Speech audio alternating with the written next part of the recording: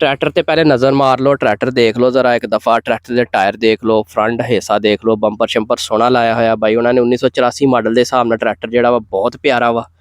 अस्सलाम वालेकुम, वेलकम जी आयां नूं करदे हां जी अपने यूट्यूब चैनल 'च एक दफ़ा फिर तुहानूं दोस्तां नूं ते अज तुहाडे लई असीं 640 ट्रैक्टर की वीडियो लैके हाज़र होए हां। असीं बाई साडे नाल गलबात साझी करदे हां तुहाडे नाल, ट्रैक्टर के बारे सारी डिटेल तुहानूं दिंदे हां ते टाइम ज़ाया नहीं करदे। अस्सलाम वालेकुम भाई, वालेकुम सलाम जी। अपना तारफ करवा दिओ, पिंड किहड़ा ते अपना नाम की है जी? मेरा नाम गुलाम मुस्तफा जी ते मैं बोड़ेआल 50 जिंदे बोड़ेआल दा रहने वाला। 50 जिम्बे बोड़ेआल दे रहण वाले गुलाम मुस्तफा साहब ने 640 ट्रैक्टर आ बाई दा। भाई ट्रैक्टर के बारे थोड़ा जिहा दस्सिओ, कदों तुसीं लिया सी, किन्ना अरसा हो गया तुहानूं वाहुंदे होया ट्रैक्टर?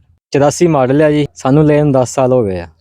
84 मॉडल आ ते ले नूं बाई नूं 10 साल हो गया। भाई 10 सालां दे विच इहने कदी तुहानूं परेशान कीता होवे कोई मसला? कोई परेशानी सानू देती है ना। ਇਹ ਜਿਹੜਾ 640 ਹੈ ਮੈਸੀ ਦੇ ਕਿਹੜੇ ਟਰੈਕਟਰ ਦੇ ਬਰਾਬਰ ਆ? 640 जेड़ा वा 375 दे बराबर है।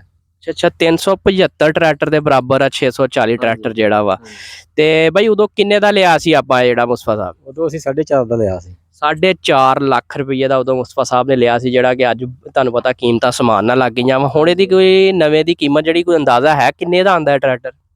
ਹੁਣ ਨਵੇਂ ਦੀ ਕੀਮਤ ਮੇਰਾ ਖਿਆਲ ਹੈ ਜੀ 28 ਲੱਖ ਦੇ ਬਰਾबर ਹੈ। 28 ਲੱਖ ਰੁਪਏ ਦਾ ਟਰੈਕਟਰ ਜਿਹੜਾ ਵਾ ਹੁਣ ਆਉਂਦਾ ਵਾ। 1984 ਮਾਡਲ ਦੱਸਿਆ ਜੀ। ਇੱਕ ਦਫਾ ਦੇਖਣ ਵਾਲਿਆਂ ਨੂੰ ਲਾਗੇ ਕਰਕੇ ਸਾਰਾ ਟਰੈਕਟਰ ਦਿਖਾ ਦਿਓ ਜ਼ਰਾ, ਤੇ ਫਿਰ ਬਾਈ ਨਾਲ ਗੱਲਬਾਤ ਕਰਦੇ ਆ ਕਿ ਬਾਈ ਹੁਣੀ ਇਹ ਟਰੈਕਟਰ ਜਿਹੜਾ ਵਾ ਸੇਲ ਕਰਦੇ ਆ ਜਾਂ ਨਹੀਂ ਕਰਦੇ। ਤੇ ਟਰੈਕਟਰ ਜਿੱਦਾਂ ਕਿ ਤੁਹਾਨੂੰ ਟਰੈਕਟਰ ਦਾ ਸਾਰਾ ਹਿੱਸਾ ਲਾਗੇ ਕਰਕੇ ਚੈੱਕ ਕਰਵਾ ਦਿੰਦੇ ਆ।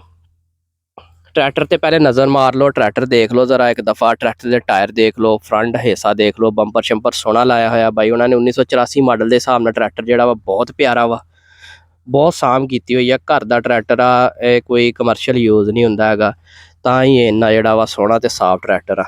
शौक नाल रखिया वा, जरा देखो ट्रैक्टर नूं छत छुत सोहनी लाई हुई है मुस्तफा साहब ने। हालांकि ਆਪਾਂ ਵਾਹ ਕੇ ਚੈੱਕ ਕੀਤਾ ਵਾ, ਬਹੁਤ ਪਿਆਰਾ ਟਰੈਕਟਰ ਆ। ਤੁਹਾਨੂੰ ਕਲਿੱਪ ਸ਼ੇਅਰ ਕਰ ਦਿਆਂਗੇ ਤੇ ਆਪਣਾ ਤਸੱਲੀ ਕਰ ਲੈਣਾ, ਦੇਖ ਲੈਣਾ। बैक साइड देख लो एक दफ़ा, दूसरी साइड के टायर शायर रिम शिम देख लो। टायर तकरीबन लगभग खत्म होंदे आ, लेकिन रिम प्यारे आ ट्रैक्टर के मॉडल के हिसाब के नाल भाई बहुत प्यारा ट्रैक्टर आ। हिस्से का काम देख लो, कोई नहीं होने वाला, थोड़ी बहुत है वा, लेकिन 1984 मॉडल आ। तो बाकी नंबर थोड़ा शेयर कर दिता जाऊगा। जी इंफॉर्मेशन होंगी है तुम खुद अपना नंबर से रबता करके बाई लिया करो। साडा मतलब होंगे थोड़े तक वीडियो में पहुँचा देना, शेयर कर देना डिटेल। सोहना साफ ट्रैक्टर है। मुस्तफा साहब बैठो तो एक बार सलम मारो, स्टार्ट करके दिखाओ ज़रा।